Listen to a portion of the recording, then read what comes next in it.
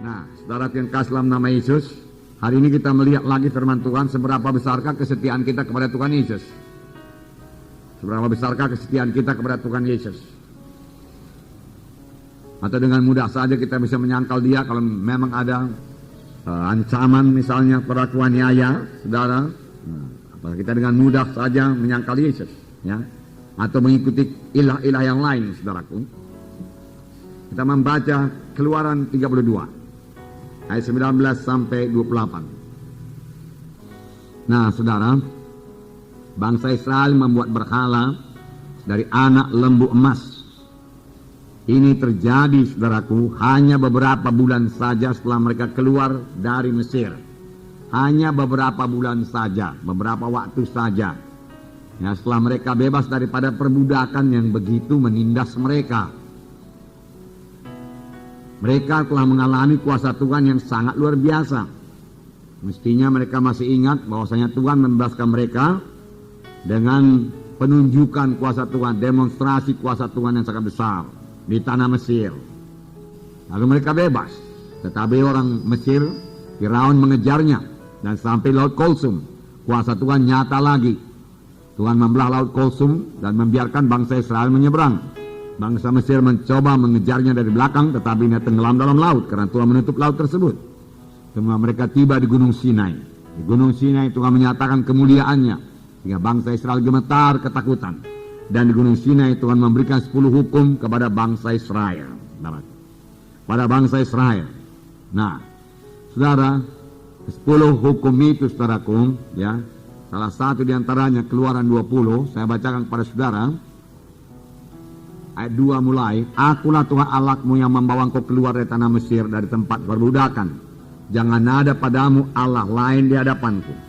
Janganlah membuat bagimu patung yang menyerupai apapun yang ada di langit di atas, atau yang ada di bumi di bawah, atau yang ada di dalam air di bawah bumi. Jangan sujud menyembah kepadanya, atau beribadah kepadanya, sebab aku Tuhan Allahmu adalah Allah yang cemburu, yang membalaskan kesalahan kepada kesalahan bapa kepada anak-anaknya, kepada keturunan yang ketiga dan keempat dari orang-orang yang membenci aku. Nah, jelas sekali firman Tuhan berkata di sini, jangan ada padamu Allah lain di hadapanku. Jangan buat patung, jangan sujud menyembah kepadanya, jangan beribadah kepadanya. Aku Tuhan yang cemburu. Aku akan membalas kejahatan bapa kepada anak-anaknya, kepada cucu-cucunya, sampai kepada keturunan keempat dari orang-orang yang membenci aku. Jadi Tuhan teraku, Tuhan yang tegas. Nah, begitulah Tuhan teraku bencinya kepada kuasa kegelapan, ya, kepada Allah yang lain. Karena dia telah memberikan perintah dalam Keluaran 20 lebih dahulu, jangan ada padamu Allah yang lain. Itu hukum yang pertama. Jangan ada padamu berhala yang lain. Jangan ada sembah-sembahan yang lain. Jangan ada percaya yang lain. Baik dalam hal memperoleh berkat, jangan ada percaya yang lain. Baik dalam perlindungan, jangan ada percaya yang lain. Pada jimat itu, ya, jangan ada percaya yang lain.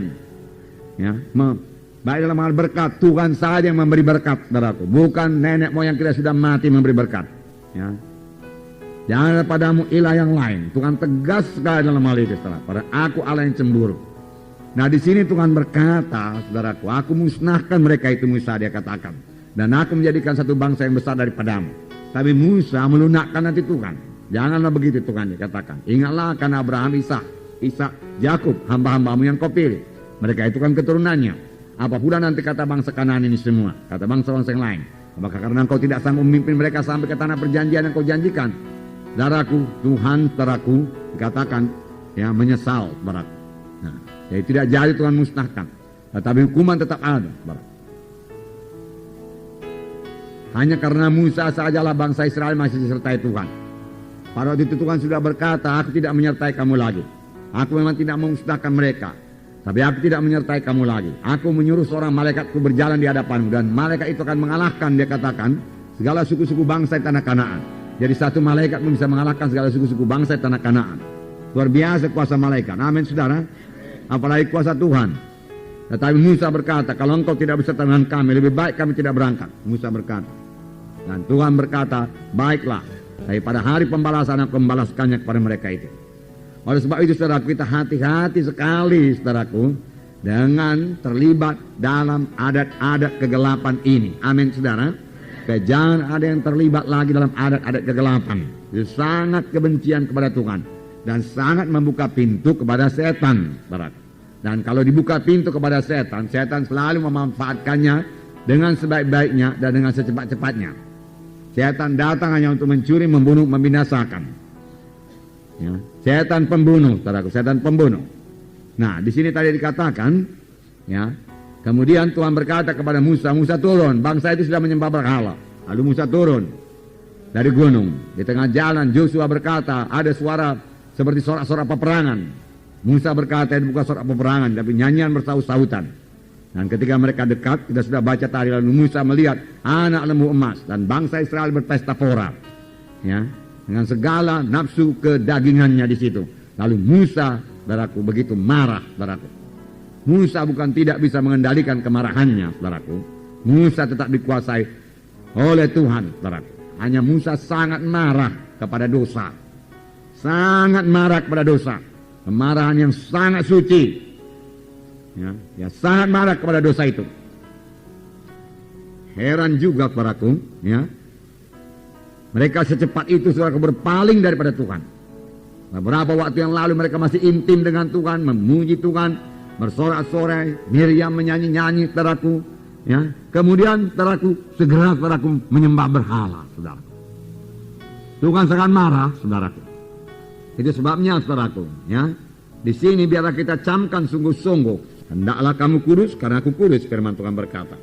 Ya. Biarlah kasih kita kepada Tuhan, ya.